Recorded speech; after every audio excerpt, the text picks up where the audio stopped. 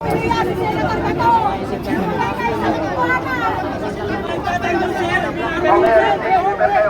na may bumalagpang isa.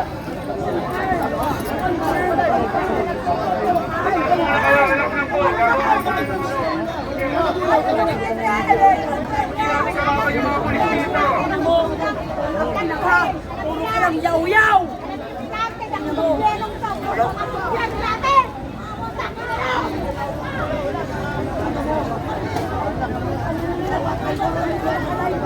Magtindado, wala!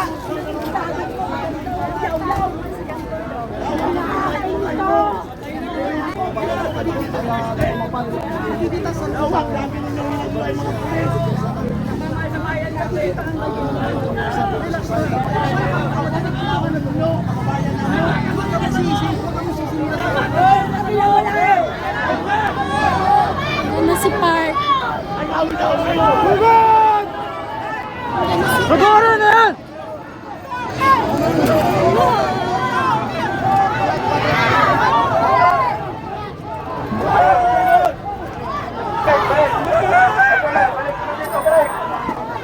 Sir, huwag na kayo magkailan dito sa ha?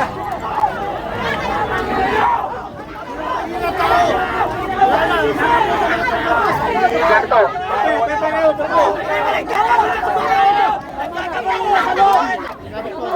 Tama na, wala kayo magagawa. Tama na. Minuto tayo, pagbibigyan kita. Tatanggol namin kayo lahat! Naranasarak ako! Kakabalin na sa mga Wala kayo kuya! Kuya! Ayaw magpano! Hello! Malagya kayo ah! Sige pa magpatayan! Bakit dito pa rin tayo mga Pilipino? Nagkakabarya na yung pulis! Ba't yan ang NBI? Ba't yan ang kalayatan? Bakit mo naman kayo? Matagatan ang ginagawa ng gobyerno! Ano yung megapon? Nasaan yung megapon? Tama na megapon! Megapon! Utangin na! Ano? Huwag tayong sumali doon Utangin na hindi! nagkakapatayan na Hindi! doon! Panay tayong megapon! Ganun din, wala din mangyayari! Utangin na, pare gulong na to! Kaya nga, ang dami yan! Utangin na yan ang mamatay! Utangin na, mamatay! Utangin na, takot kayo! Mamaya na ba ito? Ano?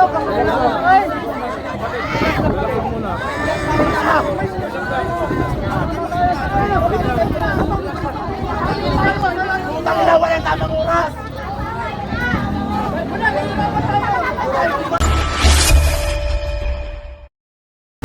Hindi na kasi ako makatayo kasi napagod ako kasi pumasok kami kanya muntik na kaming magkuryente. Revolusyon!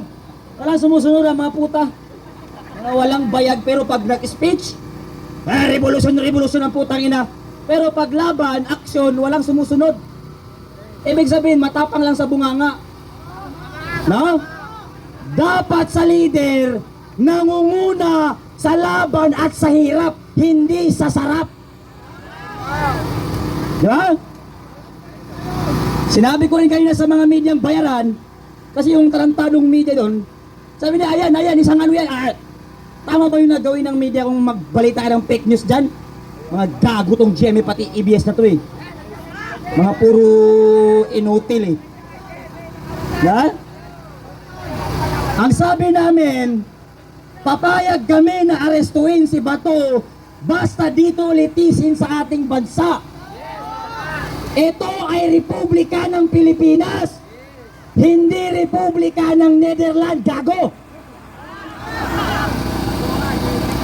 Meron tayong sariling batas na umiiral sa ating bansa. Nandyan ang Supreme Court na dapat humusga kung ang Pilipino ay nagkasala o hindi. Hindi ang Netherlands at ang gagong ICC. Di ba? Pero dahil gago ang administrasyon, pinipilit nila na ang mga Duterte at ang Duterte supporter kasuhan at itapon sa dahig para wala silang makalaban sa eleksyon. Papayag ba tayo na maulit ang nangyari kay PRD? Papayag ba tayo? Lalaban ba tayo? Lalaban tayo para sa ating kinabukasan at para sa ating bansa. Ipaglaban natin kung sino ang totoong politiko na may pagmamahal sa ating mga Pilipino. Nagkagulo ba ng ganito nung termino ni PRD? Marcos, putang ina mo, bakit kagulo ngayon? Matibag na support.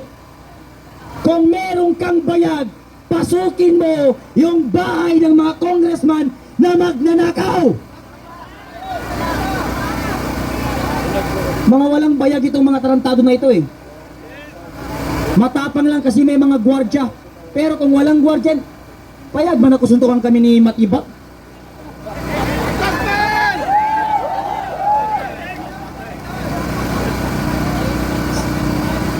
Pabagsakin ko yan sa round 3 lang. Si John B. Cremulya, pabagsakin ko yung 3 rounds lang. Alam nyo kung sino ang gusto kong repelin? Si Marcos, para pag napabagsak yung dalawa, siya naman ang isunod ko. Ang gusto kong announcer namin, si Claire Castro. Ang pustahan, pag natalo yung dalawa, si Claire Castro, ang gawin natin sa kanya, 1 buwan natin pagsalitain ng puro kasinungalingan.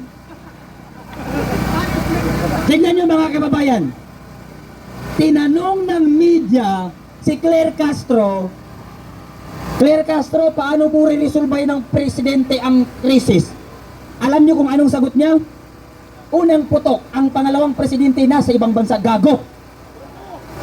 Ang tanong kung paano resolbahin ang krisis, hindi kung nasaan ang pangalawang presidente. Pangalawa, tinanong siya kung meron bang magkaibigan ba si Marcos pati si Babanta. Anong sinagot niya? Ang dapat po sigurong itanong ninyo, anong relasyon ng mga Duterte pati ng mga Babanta? Kung hindi ka ba naman tarantado, lahat na lang ng tarantado na naging tagapagsalita ng Malacanang at tagapagsinungaling si Claire Castro. Ang sabi mo, hindi kaibigan ng presidente mong lutang si Mabanta. Pero bakit nandun siya nung birthday ni Mabanta? Di ba? Hintayin ninyo na mabaliktad ang sitwasyon at lahat kayo babalatan namin ng buhay. Pagkatapos balatan, buhusan ng kalamansi. Tapos paliguan ng asin. Yan ang dapat gawin sa mga politiko na ito. Mga congressman na mga kulupong na mga buhayan tarantadong inutil, nandyan kayo para irepresenta ang boses ng inyong nasasakupan. Ano bang tawag sa inyo? Representative. Irirepresenta nyo ang boses at inahin ng inyong nasasakupan. Hindi irepresenta ninyo ang pera ng taong bayan at nakawin ninyo. Elisen Fernando, Kamanggagawa Party List, sayang. Bayaran na! Kamanggagawa Party List, Elisen Fernando, sayang.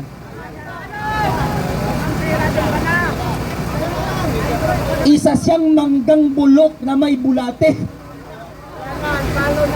Ang sabi mo, nire-representa mo ang boses ng manggagawa. Pwede ka namang bumoto ng no. Pwede ka naman bumoto ng yes. Ha? Abstain, di ba? Pwede siyang bumoto ng abstain, pero bakit yes? Kasi kailangan niya ng pondo sa kanyang opisina. Akala ko ba walang political color? Pero bakit ka bumoto ng yes? Ibig sabihin, isa ka ring mangga. Ekis ka na. Ekis ka na. Isa pa yung mga tolpo.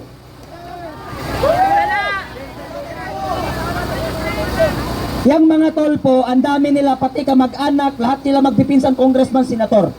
Tignan nyo sa Quezon City, sa Payatas. Yung tulay doon, hindi pa nila natatapos, ilang taon na. Ay magkakapatid sila, lahat sila bumibira sa social media, ang tatapang pag maliliit. Pero kahit isa, wala silang binatikos na politiko nagnakaw.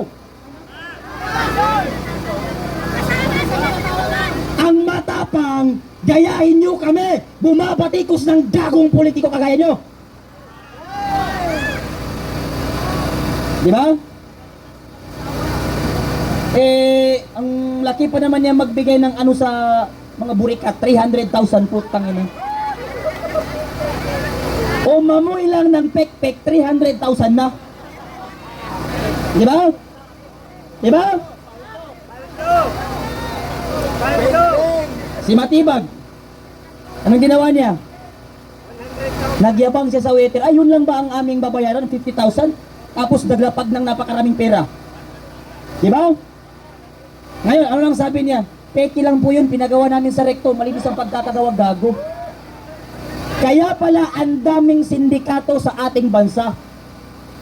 Gobyerno natin mismo, gago.